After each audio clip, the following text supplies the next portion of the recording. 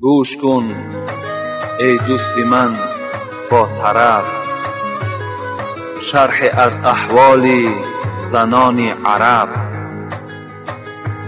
در عرب پیش از ظهور مصطفی بر زنان می شد بس ظلم و جفا. بود پیش از حضرت خاتم المآب در عرب جان زنان اندر عذاب.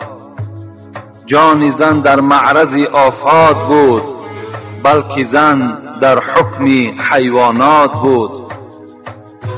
دختر می شد از بهر کسی، زین مصیبت می زد اندر سر بسی.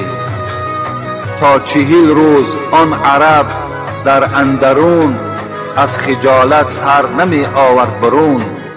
این همان قصه هایی که جمعه پیشین از تاریخ دوره جاهلیت عرب، از دوره هایی که پیش از اسلام حال زنان چگونه بود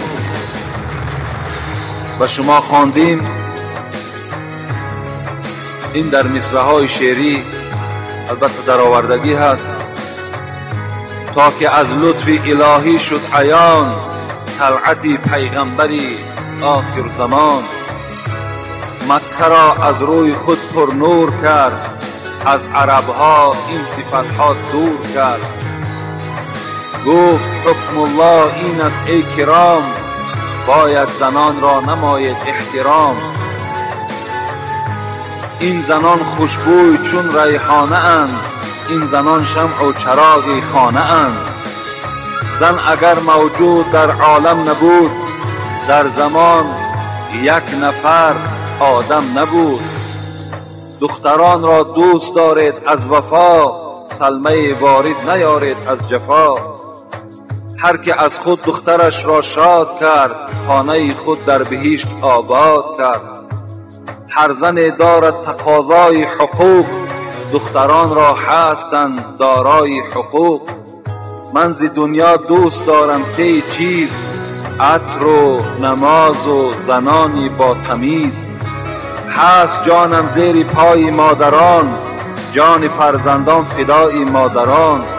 هر که نیکویی نماید با عیال، یابد اندر نزد حق رزق حلال. ای زنان و دختران شادی کنید، همچو سروی سوسن آزادی کنید.